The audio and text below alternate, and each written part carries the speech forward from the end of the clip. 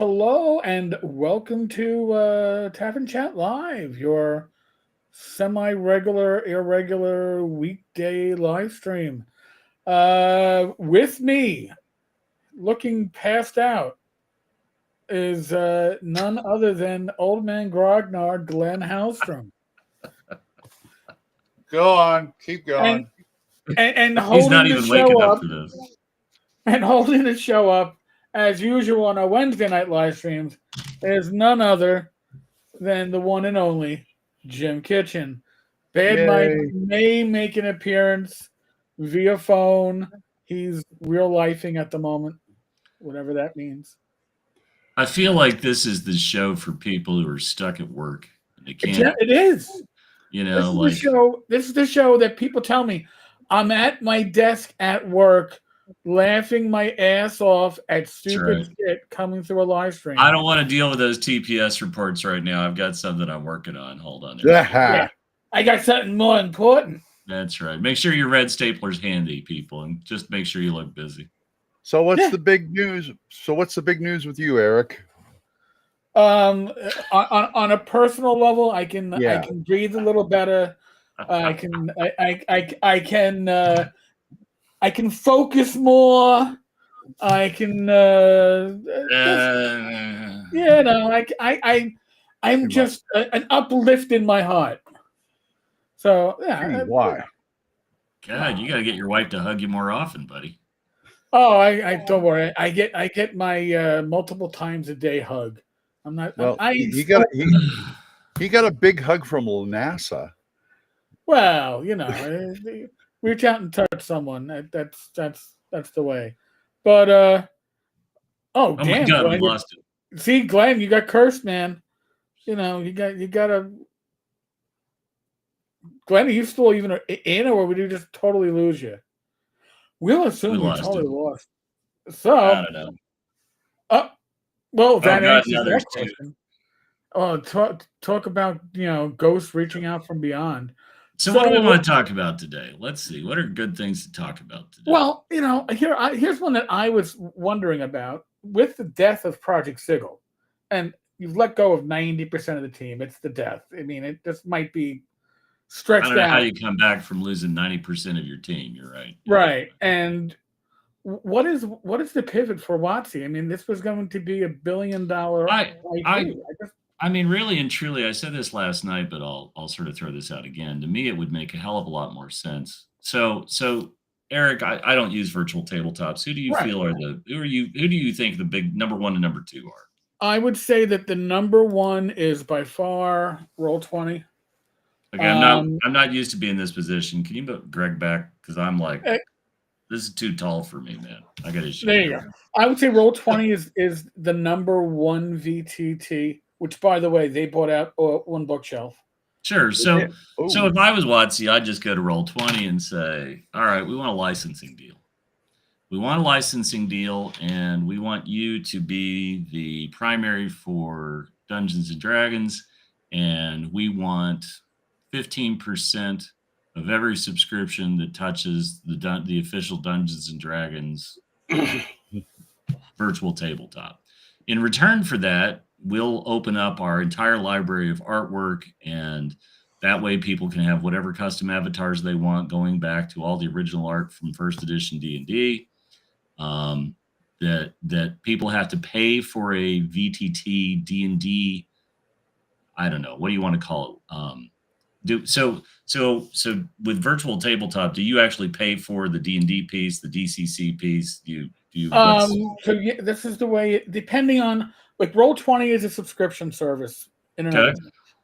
And then you can buy rule sets. There's an official 5e rule set. So that's just it. You make them purchase the Dungeons and Dragons rule set, and you set up a commission structure that you're comfortable with for a revenue stream. But the enticement, the carrot for the stick, is that you literally let them have access to all of your artwork so that you can change your character to look like. You could probably let them make some like monster tokens off of all their artwork. You could let them make everything. Let them have all the tokens. Give them all the maps. Give them everything, right? But this is this is roughly 2 years worth of work, 18 Yep. months, 2 years worth of work, just because when you do it, you want it to be a big splash. And truthfully, if it was me and I had the magical hat of power, I would sell. Do you want everything first edition? That's a one-time purchase of $50. Do you want Right. everything second edition? It's a one-time purchase of $50. Do you want everything, or sell the individual modules? Sell the individual modules at like a price point of $5 or $10 or whatever. But this is all just money on existing intellectual property, and you'd make a fortune, right? If you give me the option in virtual tabletop to run G123, D123, and Q1, I'll buy it all. Like I'll buy it. Right. And with that, I want all the tokens for all the pre-gens. With that, I want all the maps and so on and so forth. Because that way you don't have to bear the unbearable cost of having your own programmers doing this and having your own in-house design team. Screw it. Let the other guys already have these people, right? What the other guys want is they want access to your intellectual property, and that includes your artwork and your maps and everything else, and say, fuck it, let them have it, and just turn that into a revenue stream, because Games Workshop makes a colossal shit ton of money on licensing, because everybody comes to them and is like, we want to make a Space Marine game. Great. They made Space Marine 2 and Space Marine 3 is inked. The deal's done. They're going to make it. And this is all just free money. And it also creates excitement for the intellectual property for people who are video gamers to go buy little toy soldiers. So anyway. Mike is trolling us from his phone. Thank you. That's right. Mike is trolling us from the great beyond. If he can't be here, he'll troll. Yeah. And truthfully, there's got to be an internal discussion at WotC that goes on that looks at, and I've talked about this before, when Peter Atkinson owned WotC, at one point in 1995 or 6, he asked for and was given top to bottom access to Games Workshop. So he spent the better part of a week in Nottingham. He went through everything. He went through mail order to see how mail order operated. He looked at the factory, or the foundry for the castings. He went to Giltbrook and saw the assembly plants. He saw the studio. He got a tour of everything, and more importantly, like he sat in every meeting with Tom Kirby that Tom Kirby had that week. And one of the most interesting things about it was he saw how Games Workshop did business. Now, how much of that did he take back with him to Wizards? I don't know. But there has to be somebody at Wizards of the Coast that takes a look at Games Workshop and Games Workshop's stock performance and Games Workshop's ethos and says, right, like we've dabbled in a lot of different things for this model, but some of these things aren't working. And Sigil is just another example of what's not working. It makes no sense to me. I hear this all the time. I'm going to reinvent the wheel. I'm going to do this. I'm going to move into this space with a competitor. I was talking recently with somebody who has an idea, and they put together a white paper about their idea and what they want to do. And the first thing I said was, there are already people in this space doing this thing. And why would you want to compete with people who have 20 plus years of experience in this space doing this thing? Because as much as we all love Star Wars, the plucky rebels, 999,999 times out of a million don't hit the thermal exhaust port with the proton torpedoes. It ain't happening. And really and truly, WotC has just spent a lot of money learning the lesson that, frankly, I don't have an MBA, but I'm married to somebody with one. And I can tell you that this is an idea that would never have gotten started. You know, the first thing that my spouse would have said is, are you fucking crazy? And would have pointed out all the main competitors and said, why are you doing this? Why are you spending all this money? Who do you like that you're giving these jobs to for X amount of time? Are these friends of yours? Because on paper, yes, I can see the elevator pitch of we'll own it and we'll have all this fat loot coming in from where we but you're a startup at this point, and you're competing against people who have already been in the space and who know more about how your end users use virtual tabletops than anybody else. And that's, I mean, I don't understand how it got started. I understand the genesis of the idea, but should have been debated ruthlessly with two things. There should have been a party that they should have cut the room in half. And half the room should have been absolutely purposed to give a point-by-point business case of abso-fucking-lutely why we have to do it internally. And then the other half of the room should have been absolutely set against them, diametrically opposed to them, and given all the reasons why it would make more sense to farm it out to Roll20 or any of the others. And then after those two groups went away and those two camps made war with each other, then somebody should have said, right, let's take a look at what just makes the most sense, makes us the most money with the least amount of effort, gives us the most return for our shareholders. And that conversation didn't take place in what I think would be a logical, I mean, unless the sheer volume of money they thought they were going to make, right? We'll only get 1 out of 100 of the people who use Roll20, but that person's going to spend a lot of money and make up for the 99 that we don't get. Okay, I guess, but how did that work out for you? Well, 90% of the team lost their job, and my guess is the last 10% of the team is working on giving Roll20 all the assets they need so that they can do a licensing deal. Well, from what I read of the, I guess the notification that they gave everybody that you were being let go, the written notification, is that they refer to it as the game you were working on. So it sounds to me like the Chiefs up the line thought on some level that this was a Baldur's Gate 3. That's how it was pitched. And it was a Baldur's Gate 3 that people will play with their home groups. And obviously they didn't reach that level. They didn't reach successful VTT level. But I think that the pitch and the reality were likely two very drastically different things. And also, WotC is top-heavy with former Amazon and Microsoft execs who, especially the Microsoft ones, live in that gaming, monthly fee coming in. And that's what they understood. They heard what they wanted to hear, I think, without somebody coming in with the reality check. And I know from working in government, in the PD, nobody wants to be that voice that tells their boss, you know what, this isn't going to work the way you think it is, because nobody wants to say that publicly. So I'm going to take a second. I think we have to quit referring to them as the Microsoft executives, the Amazon executives, because they're in the roles they're in. They're WotC executives. And every time you say that, like, I understand that you're trying to pass along an inference that A, they're out of an industry that has nothing to do with RPGs. But frankly, what this RPG industry needs is more people from outside the RPG industry with some common fucking sense and a degree in business management. I got a couple points here. Number one is I think we just quit saying that. Like, I don't think every time we say Amazon and Microsoft employees, no, now they're WotC employees. They were hired for their experience. They're WotC employees, and they own this mess. They own this mess completely.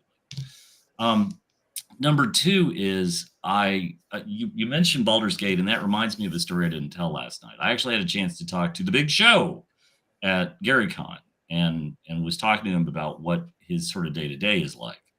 And interestingly, he and friends, now I've not played the multiplayer version of Baldur's Gate, the new version of Baldur's Gate, but that's what he does. Like, he and my impression is that some of the rest of the D&D group, like, if they can't be in a room playing D&D, they're playing Baldur's Gate online. And that should be a very frightening wake-up call to a lot of people, right? Because a game with no tail, with no more expansion and so on and so forth, a year plus after what I would say it's sort of retail peak, where it was really, you got people that are playing this that that don't need a subscription. They bought it, they own it, and they're getting enough of the D&D experience out of it with their characters that they don't have to. They don't have to fork over more money. They're happy.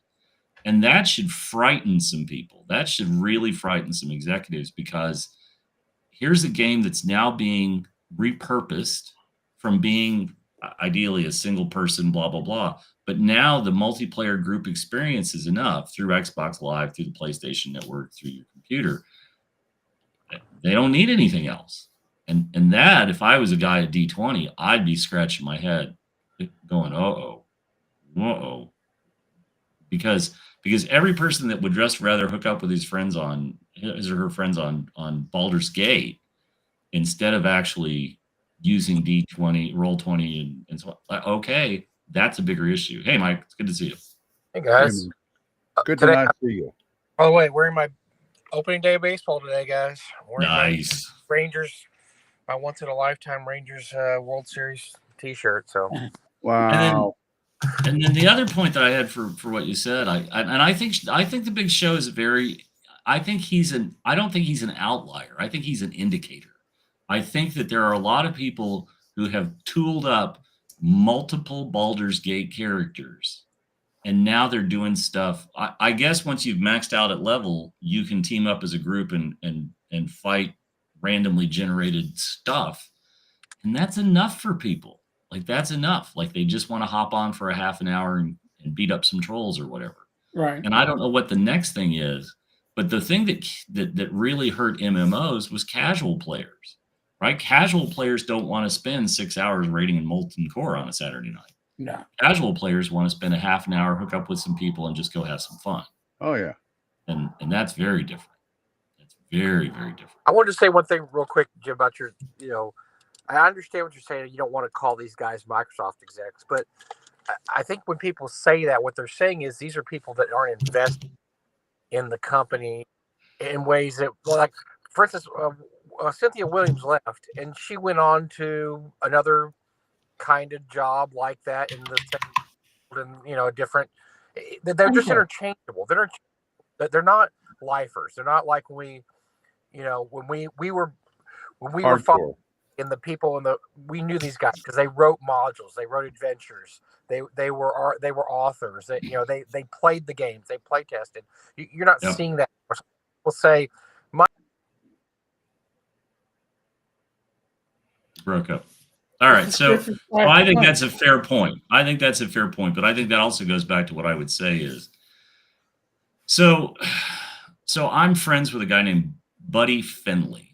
Buddy Finley is the former art director for a pizza chain across the American Southeast called Mellow Mushroom. If you've ever been in big cities in the Southeast, you may have heard of Mellow Mushroom. I've heard of it. I love Buddy. Buddy's the most amazing, talented, creative guy.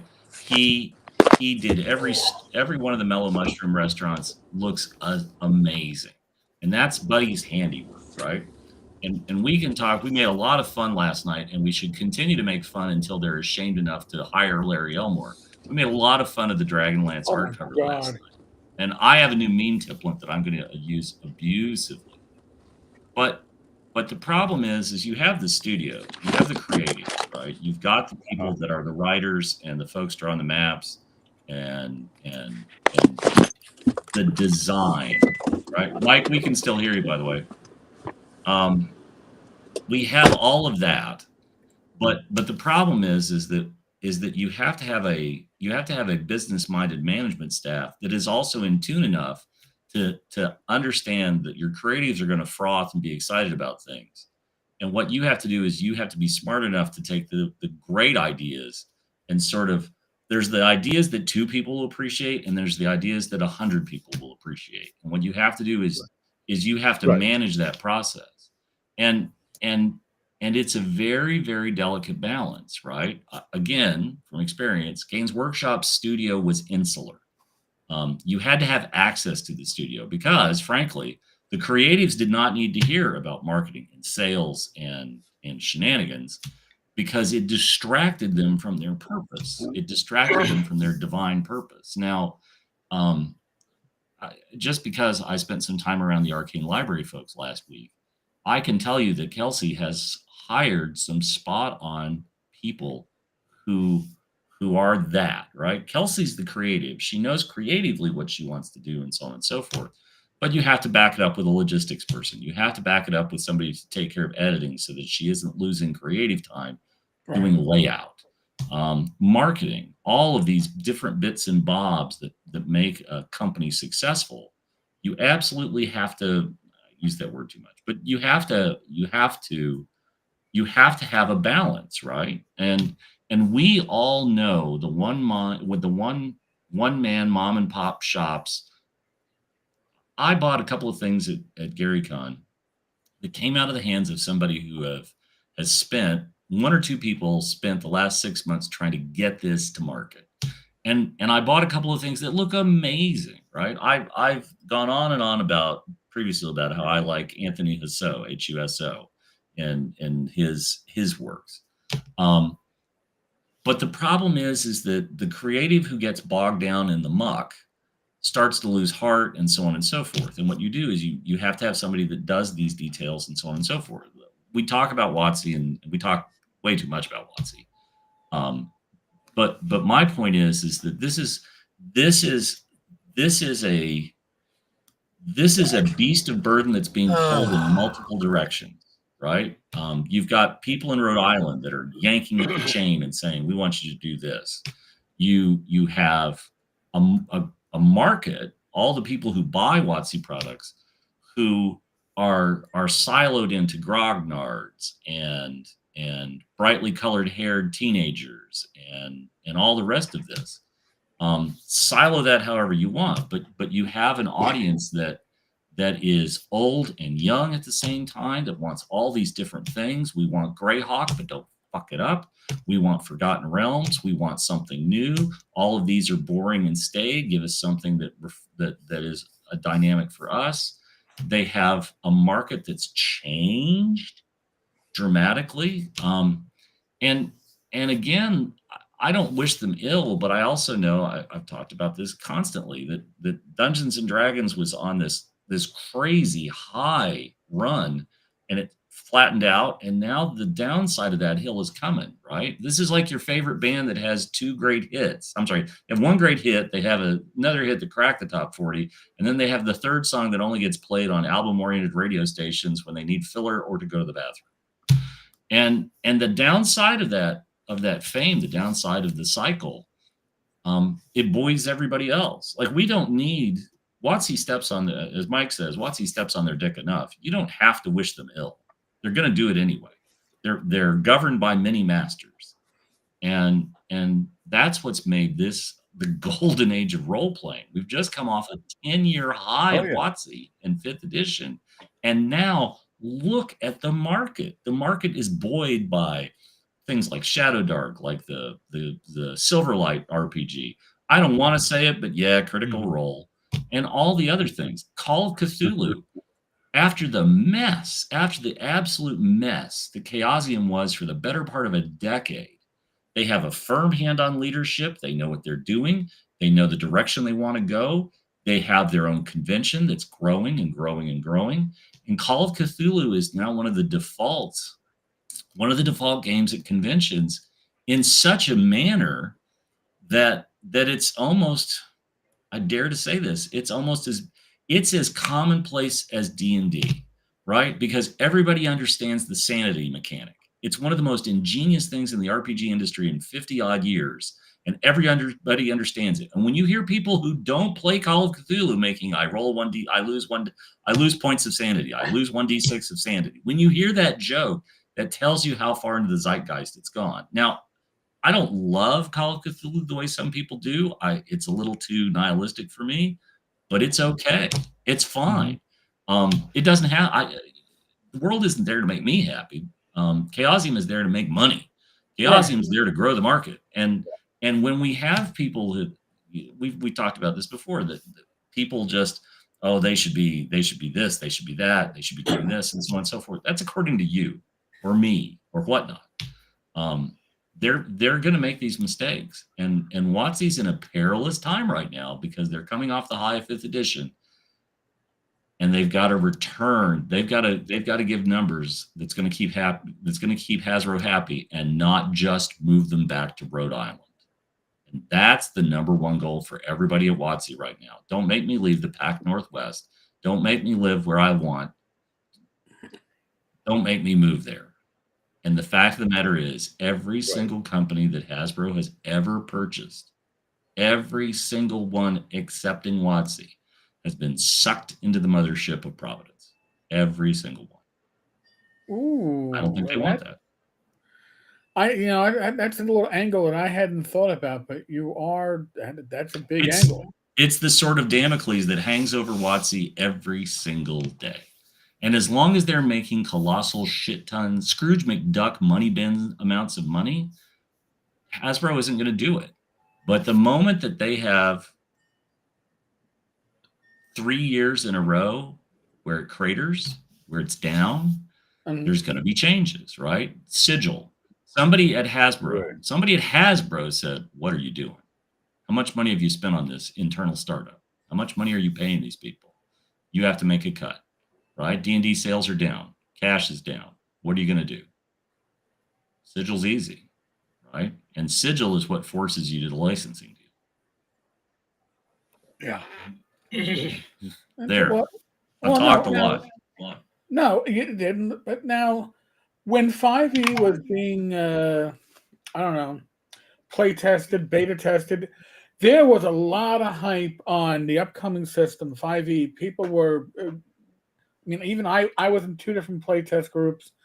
People were chomping at the bit for that system to release. And 5.5 or D&D 2024 or whatever we're calling it, didn't have that hype because WotC was afraid to call it a new game, a new system, because they didn't want to, I guess, alienate customers. But at the same time, you're not pushing anybody to embrace your new rules because there's really anything that different with it.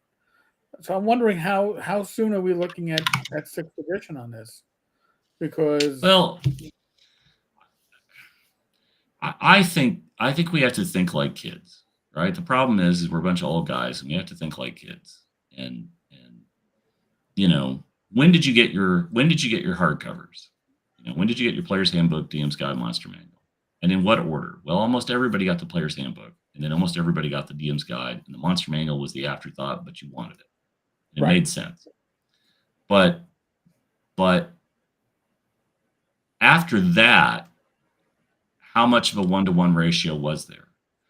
Fiend Folio. The reason Fiend Folios are everywhere and why Matt Roberts had over 250 at one point is because they languished.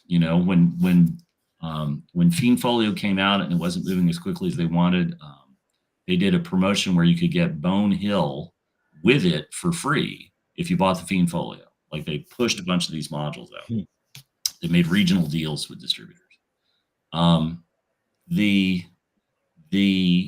The hope of WotC is that everybody buys the 3 books. But just like 2nd edition, when 2nd edition romped out, 2nd edition had a huge launch. They had a launch through the main chains like Walden Books and B. Dalton and all the rest of it. You couldn't escape it. 3rd edition, same way. 4th edition, I remember very little excitement / energy around the launch of 4th edition. I just don't. But again, you may be able to land the Player's Handbook. You may be able to land the DM's Guide. But we're following arguably the most successful version of Dungeons and Dragons. I realize people will be angry at me for saying that, but I had fights last night, so let's have them again. But I think we had the run. We had a 10-year run, and now you're giving them 5.2 or 5.1, whatever you want to call it. And I look over my shoulder and I've got $150 worth of Player's Handbook, DM's Guide, and Monster Manual. And why is it that why can't I just keep using these? These worked. These are fine. Yeah. And that's why I think you've got this low adoption rate. They pulled out every trick in the book to try to get people to buy these. Okay, I think it's great. Alt cover collecting and so on and so forth. But I think we're going to see, every retailer I talk to, sales are not what 5th edition was. They're much, much lower. And I would say to anybody listening to this, right? Your friendly local hood game store. The owner. You talk to the owner. I think you should go have a chat and say, how's the new edition doing? Like, how many is it selling through as quickly? Now, don't get me wrong. There's looky-loos and they'll buy them. Absolutely. And I think the first 6 weeks we saw that. But I don't think we're going to see the long tail that we did with 5th edition. It's just no. It doesn't seem that way, and it does. And I think that they were trying very hard to walk that line between it's a new edition, you have to buy it. It's not a new edition, so all your old material is still compatible because we don't want to have. They saw the blowback that Paizo got with the promise of, hey, we're never going to change from this system. Oh, wait, we did, and it's really not 100% compatible with our prior system. right. There was a lot of pushback on that. Yeah, But, and come on, it is a tough time for local game stores. TMB just said my local game store closed this year. One of my best friends is Bob at Chimera Hobby Shop in Fond du Lac, Wisconsin, and Appleton, and a couple of other places. And I've known Bob and Pam. I've known Bob and Pam for 31 years, 32 years. And wow. And think about that statement. They've owned a game store for over 30 some years. And this is not inconsiderate. This is like a comic book shop that's been open for 30 some years. People remember the fantasy shops around St. Louis. Well, there's also, in the same breath, there was Waterloo in Phoenix, Arizona, and Gilbert. And Waterloo was a powerhouse until it wasn't, and it went away. And now, the last time I was in Gilbert, it sold rehab equipment. The building had the storefront. Complete strategist. Everybody talks about the complete strategist. Do you remember what a shithole the complete strategist in Virginia was? I do, because the first time I ever went to the store, I found a hamburger on a shelf that had been left there and solidified into the shelf. And when I hit it with a box game as hard as I could, it could not dislodge the hamburger where it fused with the shelf. Timmis was the manager of that store, and it was a dump, right? Good stores survive because people pay attention. They sweep the carpets at night. They keep the shelves clean. They watch all of this stuff. Well, they keep their business up. But it's hard when you have a market. I was talking to Gord at the Century Box on Tuesday night. We were talking about Shadow Dark, right? And I was telling him what I had seen for the second year in a row at GaryCon, even more than the last year. And he still can't find Shadow Dark through a Canadian distributor. Like, think about that. I don't know why. I don't know why he can't get it, but his buying agent has been trying to get Shadow Dark for a year. Now, his buying agent went and bought it directly from Arcane Library, had it shipped to him, and he's good. But I don't know if it's a failing on Arcane Library's part. I don't know if it's a failing on the distributors in Canada. I don't know. But the hottest independent RPG of the last 18 months, he can't get from his distributors in Canada. Now, TMB says the owner claims his margins were too low. The average game margin for product is somewhere between 40 and 50%, depending on who you're buying from and how you buy it. And I know this from forever. And Chessex, when Chessex existed, that was the way they clawed the margin down. They were going to try to make it up in volume. When Alliance bought out Chessex, Berkeley, and the Armory and formed Alliance, they raised the margin. They raised it to like 45, and probably if you took early pay discounts, you could get it to 48. But there are healthy margins in the game industry. The problem is you have overhead, and everybody wants local game stores to have places to play. But that's square footage that you're paying for, and your heating and your air conditioning, and you have to keep clean. And there's no immediate return on that investment, right? You're fostering community. You're fostering community. And most solid game stores evolved over the 90s and 2000s into having gaming space, but that was not a primary concern 30 years ago. Also, too, margins are hard. Margins are very hard. Yes, the restaurant industry, 20%. And I disagree with the notion that crowdfunding success doesn't mean it will do via retail, because I don't know how to tell you this, but just because you backed it on Kickstarter, I can tell you those people that backed it on Kickstarter are early outliers. It's when it starts picking up speed at the other level, right? Because I know my friend Dean is the first person in our neighborhood that had any of the D&D hardcovers. But as soon as I knew they existed, I wanted them. I wanted a DM's guide. I wanted a player's handbook. As soon as I saw them, I had to have that. Now, Glenn, how are you doing? Somebody asked. Rory asked. Oh, I feel like I'm kind of on the mend. I don't know. I've never had a cold for 2 weeks. Yeah, there's a nasty thing going around that seems to be really hitting people hard. Yeah. I've been coughing my head off last few days. It's nose and just riding it out, mending up and riding it out. I feel sorry if there's somebody, if the Complete Strat in Virginia is still open and Timus is still running it and it's still the dump that it was, that would be a gold mine for old product, but you would have to have it disinfected first. You would have to completely have it disinfected because it was terrible. The Warhouse in Long Beach was the same way. They weren't a dump, but I mean, you want old stuff, you go there. That's right. And go there's all these stores, and I having been to so many stores, I can just go through the list of in Spokane, Washington, it was Gorilla Bob's was the giant forever and ever and ever. And okay, right? Like, sure enough. Now that's just the dumb. My friendly local game store is trying to sell a copy of Unearthed Arcana reprint for $150. You know what? That's somebody who's just disconnected from reality. That's somebody who's just completely disconnected from reality. And you know what? It's their store. They'll do what they want. And okay, but Shadow Dark is a great example. I think that there are Kickstarters that exhaust a market.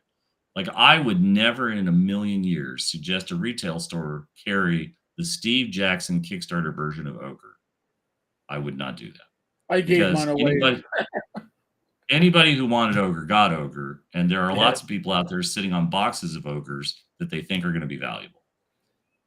But Shadow Dark's something different. Shadow Dark hit, and I can't remember. Eric, do you have any idea how many people backed the original crowdfunder? No idea offhand. I can look it up though. I'll take a look. But okay. But enough did, because it was hugely popular, hugely successful. But she had hype before it. She was smart. She put out the quick start rules, which were pretty complete for quick start rules. Yes. And we even did a live play using the quick start rules on this channel. 13,249 backers, and she hit 1.365, which is awesome. But 13,000, nice. 13,000 is a small number. I'm sorry, it's a great number. But as far as the number of active role-playing game purchasers, so think about this: 13,000 people. The last I heard, the Sentry Box had sold more than 25, close to 3,000 copies of the 5th edition Player's Handbook. One store in a city of 1 million plus had sold almost 3,000 copies of the Player's Handbook. Now, I don't think every store has sold 3,000 copies of the Player's Handbook. I think there are stores that are lucky they've sold 20. I think there are stores that have sold 200. But whatever it is, 13,000 people backed the Arcane Library on Kickstarter and brought Shadow Dark screaming out of the void. And frankly, my local store had not heard of it until I mentioned it to them last year. And now they carry it. I think they carry it. I'm pretty sure they carry it. But we're going to see more and more of this, right? We live in an advantageous time where technology lets word of mouth explode at a much faster pace than snail mail or Dragon Magazine or anything like 40 years ago, 50 years ago. Dragon Magazine is how we all found out about Dream Park and fill in the blank, right? Heritage's Superheroes and Supervillains box set, one of my favorite miniature box sets. I still have a copy of Dream I have two. Park. And I'm so sad that, like, literally the day I read about it, I went to the bookstore and I ordered it. But they weren't going to stock it until I ordered it. And that's how I got my Cyborg Commando. Cyborg Commando. And we don't tease you nearly enough about your owning Cyborg Commando as we probably should. But I don't think Shadow Dark has to compete with D&D. Like Shadow Dark doesn't have to compete with it. The problem is, and Edward Kopp just said, is there a news aggregator for successful crowdfunding for the friendly local game store to learn about the next big thing? Here's the problem. Friendly local game stores have been burned by bringing in Kickstarters that then they don't sell, right? And that's inventory tied up. I used to do a really easy exercise at game stores. So 30 years ago, about a foot of shelf space for RPGs that are spined, like over Eric's shoulder and over my shoulder. A spined foot was roughly 30 years ago, $500. And a 3-foot shelf was almost $1,500 retail. And that worked out to $250 to $750 if the 3-foot shelf was completely packed. And now the amounts are staggering. But if you go into a friendly local game store and you start looking at their RPG shelves and you start figuring out about how much it is a foot MSRP, it's now closer to $100. I'm sorry, a foot is now closer to roughly $500. And that inventory at cost is $250 to $300. And a 3-foot shelf represents over $1,000 of inventory cost. And so you can't expect friendly local game stores to just jump on everything. They have to pick each one of these because each one of them is a potential landmine of inventory dollars that will never move or have to be deeply discounted to get rid of the stock. And that's tough. That's really, really, really tough. Most people don't realize how hard game stores have it. Now, my local game store has moved into plushies and more things with a rainbow than you can imagine, and puzzles and all this other stuff. And it's fine, right? Because they're diversifying, and I understand that. But at the same time, they used to have a Great Games Workshop section, and it's just gotten smaller. And they have a Gundam model section that grew to a point and just stopped. Just stopped. Gaming space. Most friendly local game stores have gaming spaces in their basements or in the part of the building that they're not going to be doing anything with. The Source in Minneapolis, St. Paul, when they moved to what had been an old bowling alley, really did some amazing work on having a great game space, but you could also use it for Magic tournaments and so on and so forth. They put in handicapped access bathrooms. They really did it right. But it takes a lot of wherewithal, and you have to build up a lot of money over time to be able to own your building. Magic fueled a lot of game stores owning their buildings for the first time. Fantasy games in near Notre Dame in Indiana. Amazing store, right? But Mark has moved and moved until he finally had a chance to buy the building, and he bought the building and he owns it. And now it's part of the business, right? Or it's a separate business that rents space to fantasy games, right? That's the smart way to do it. Mm-hmm. The hardest thing is trying to make us. You can't just make an RPG store. You can, but you're not going to have the kind of foot traffic that's going to keep it open. You have to be a multiple things store. You have to be miniatures. You have to decide what you're going to do. Most miniature stores, when we were all big into the hobby 40 years ago, it was Grenadier, it was Ral Partha. And now what you see is WizKids, which are pre-primed and some pre-paints, Games Workshop, and then there's a whole Reaper. tier of tertiary miniature systems, right? It could be the 3D printed stuff that goes along with Trench Crusade. It could be Corvus Belli's Infinity. I love Infinity, but I'm not buying any more Infinity because I can't find anybody to play, and I'm good, and I don't have time. I'm getting old as we speak. And so, card games. All of us remember 30 years ago when there were so many card games you didn't have, Hey, Mike. you didn't know which one to play.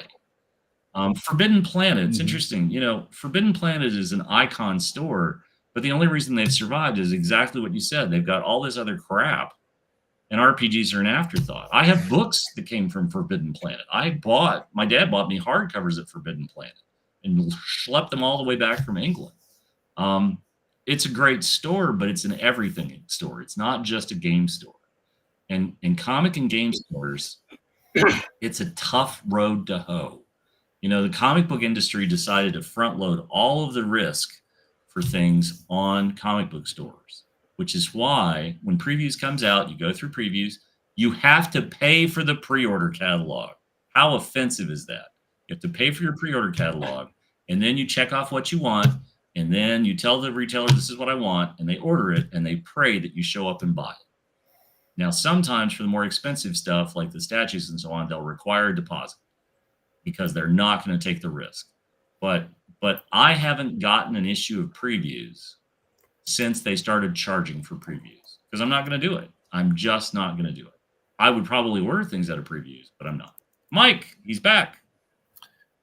Yeah, I had to pick Yes, pick up the wife. So, Whoa, what was that? echo. I think I have my Echo, phone. echo, I echo. think your phone's still connected, maybe. Quincy. Right. Adam. Tagger. Hello. Okay. Anyway, yeah, I had to pick up the Wow. wife, so I decided I don't like broadcasting on the road. It's distracting, so I got home. So you know what's interesting? Now, I'm sorry, Mike. Just real quick, I just noticed something, which is that Shadow Dark had 13,000 backers, and the expansion is only sitting at 90,144. But it's making a hell of a lot more money because these are people who are jumping in to get Shadow Dark who missed out on the first go round. Interesting.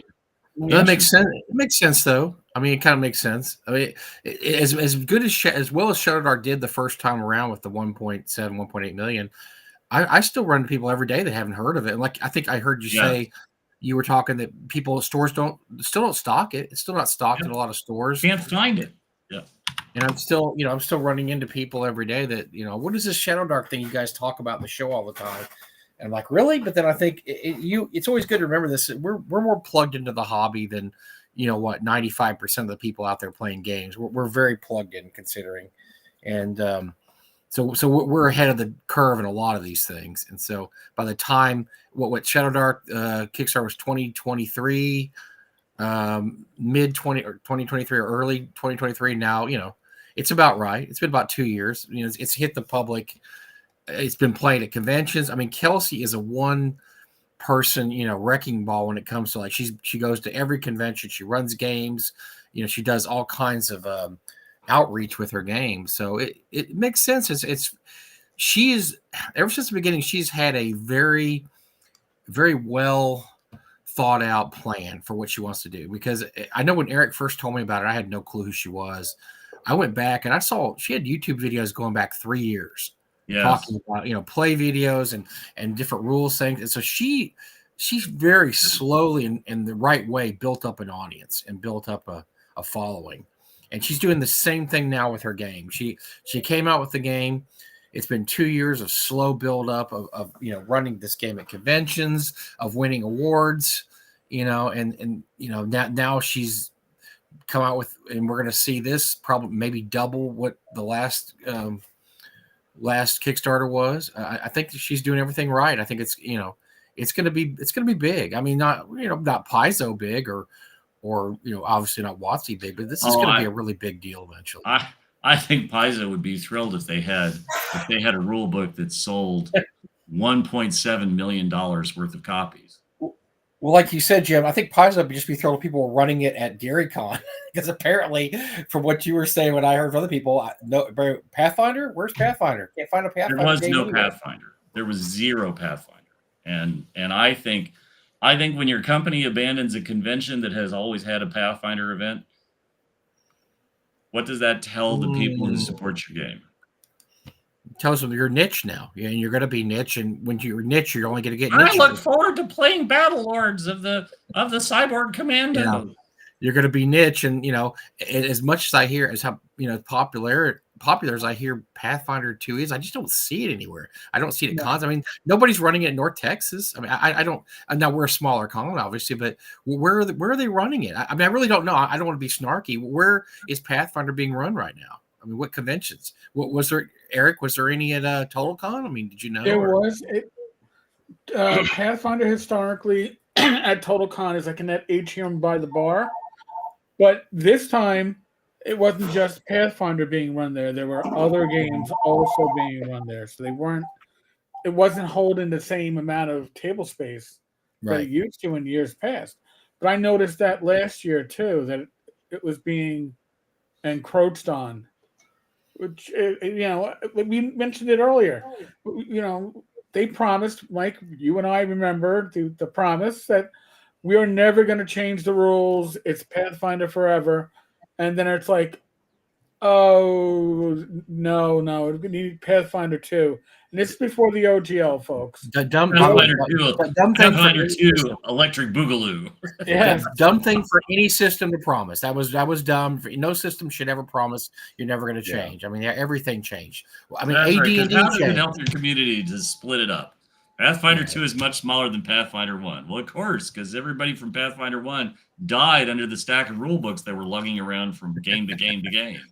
Well, and Eric and I heard this so much when the convention, the GaryCon where Pathfinder 2 was announced, is that people are already in for $1,500 worth of rule books. They're just going to keep the rule books and keep playing Pathfinder 1. There was nothing wrong with Pathfinder 1 except that they just wanted to change it up. I mean, you need a little oomph, a little boost. Wait. I mean, even Call of Cthulhu has new additions. Oh my God! It's Pathfinder. They're telling me the Shadow Dark is in the building with me. No. But so yeah, that was good. That House of Cards is going to fall eventually, just because people, you have to update your editions. Like I said, even Call of Cthulhu is successful. That's been over the years, and as little difference as there is between editions, they're still on their 7th edition in 40 years. I mean, and really, you can play any edition of Call of Cthulhu. They're not that different. Rory, but yeah, everybody knows. Rory, Shadow Dark is not OD&D. Oh, so Daryl, I'm sorry, I just want to throw something out. Kelsey doesn't ruin her reputation playing the game, the political game, and I just think we don't give Kelsey enough credit for that. Kelsey is somebody who wants to create a great RPG and share it with as many people as possible. She doesn't want anybody to look at that great RPG through a filter of political discourse.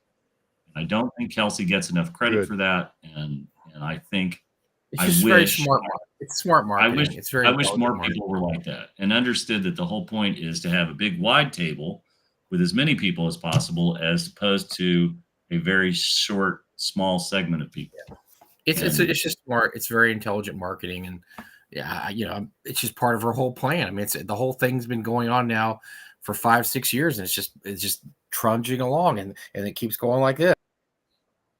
Because that's the way her. I mean, it wasn't a crash and burn. Now I'm gonna give an example. This is not a crash and burn, but I'm gonna give an example. OSC. OSC came on the scene, got extremely hot, and was just blowing everything up.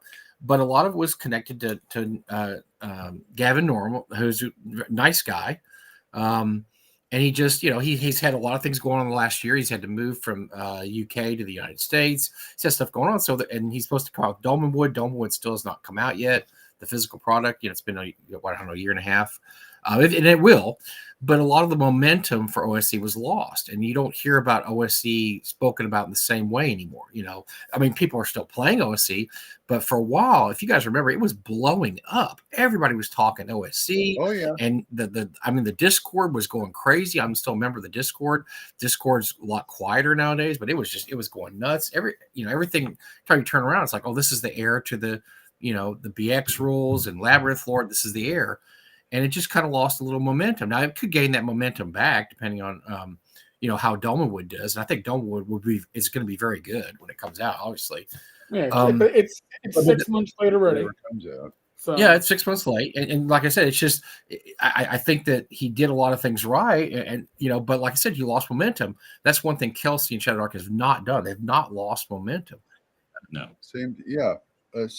Labyrinth Lord a few years earlier. I mean, everybody was writing third-party stuff for Labyrinth Lord. Well, yeah, and that's kind of well documented. I mean, I won't go too much of the weeds on that, but that absolutely lost all momentum when the creator kind of gave up on the game and had a lot of issues going on. Yeah. And so that's pretty much dead. I mean, Labyrinth Lord's basically, it's almost like a dead game now. It's really nothing's being published for it. Right. Supposedly working on a second edition that hasn't ever come out. I mean, there's just a lot of issues.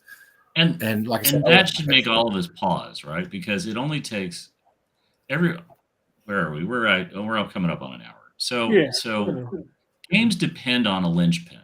They depend on somebody at the creative level who's pushing things forward. And it doesn't matter if it's Gary, it doesn't matter if it's Rick Priestley, it doesn't matter if it's Kelsey, whoever it is. There's somebody that's a driving force behind a game that you love. And I can't tell you, it was so great. It was so great at GaryCon to see Kelsey getting all that praise for all the hard work that she's done over the last few years. I met her at North Texas last year for the first time. This year at GaryCon, I got to spend some time around her. I got to spend time around her spouse, around the people from Arcane Library. But most amusingly, I got to spend some time around Kelsey's sisters. And if you didn't know it, they're triplets.